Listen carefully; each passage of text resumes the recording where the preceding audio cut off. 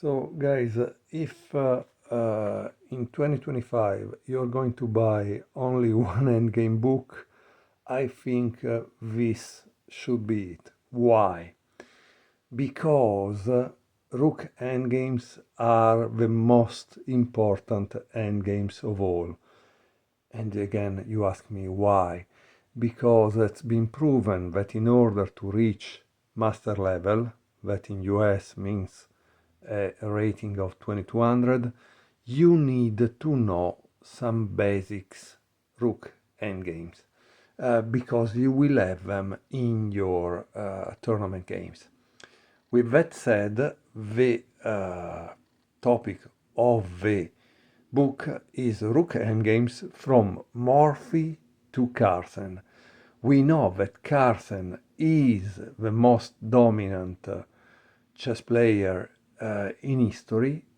And why is so? Because he really likes endgames and he plays them over and over and over up to the moment he crushes the opponent. So, without further ado, I want to show you an endgame from the section dedicated to Lasker. Lasker was the second world champion, right? And in this position, black needs to move. So, guys, if you want to do a little training, I would start to pause the video now and try to find the right move for black. In reality, the situation will arise in a couple of moves when if Lasker would have found the right continuation, he would have won the game. Instead, what happened was that Lasker didn't find the right continuation and the game ended in a draw. So Albin is the white player, Lasker is black, and this was played in Hastings in 1895. Lasker played d4. Here he says that black cannot exploit his advantage without allowing white some counterplay in one way or another. But careful calculations show that it can be handled.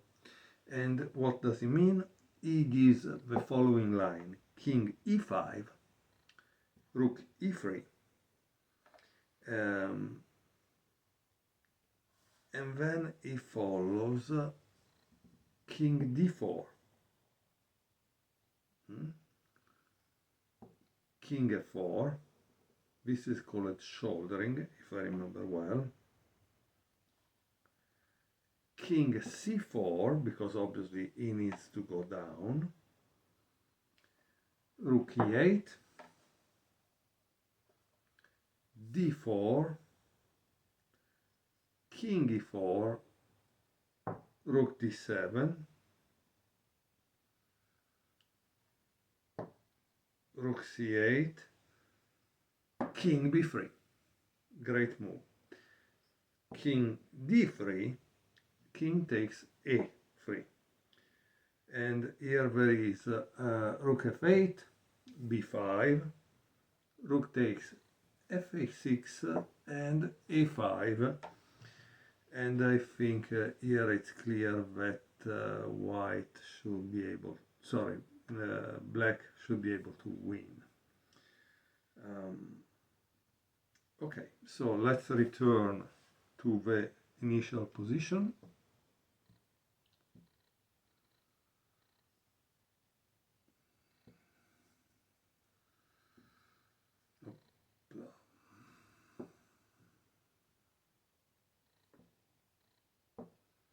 Okay, so this was the initial position in which Lasker, that is black, played d4.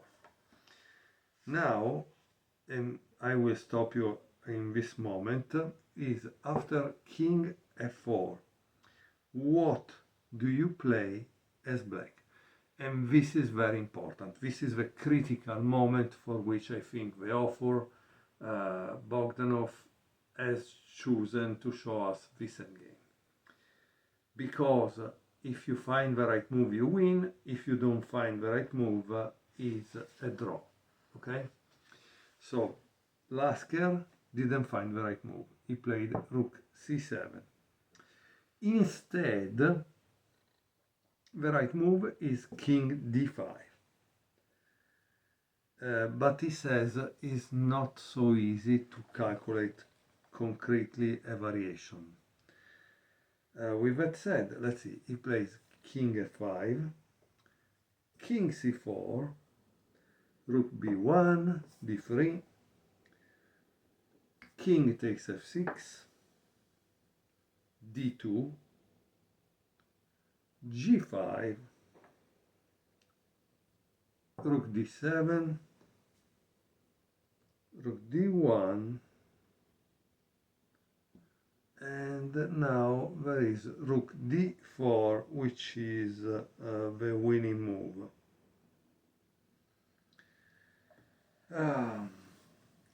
Okay, so it's kind of interesting, I think. But rook d4 is the winning move. I don't know, I think if Bogdanov wanted this to be an instructive manual for people that don't know very much about Rook Endgames, he should have gone more moves to show the win. Why do I say that? Because guys, at a certain point this guy is gonna sacrifice this, right? What if white has two pawns that are very advanced, like here, let's say? At that point, also black has to sacrifice in order to stop, but he will not be able to stop. So while I think the author, like many other authors, use the computer to find this line, I think the computer has maybe another 10 moves after this, that is 5 moves from the beginning of a game, let's say 5 moves, 6 moves. The computer has, like I said, another 10-15 moves which prove that his calculations are correct. But a human cannot do that. So I don't know. Honestly, I don't know. So at this point, I will show the rest of the game because, of course, we are curious to know how it ended and why. And I hope that watching this endgame will, let's say, steer your appetite for more endgames. So Albin was white, Lasker was black. Lasker played d4, rook king f4 because he wants obviously to go near that, and rook c7. Let's see how we continue, because from this point it's just 7 more moves and they agree to a draw. King e4, rook c3, rook takes b7, d3, king e3, rook takes a3, f4, d2, check, king takes d2, rook g3, g5, f takes g5, f takes g5, rook takes g5, and then there is of course this move, rook takes a7, and the game was declared a draw. I hope that you enjoyed this endgame. Let's watch some more, because in fact it's a good way to learn the endgames without any kind of stress. Thank you very much for watching.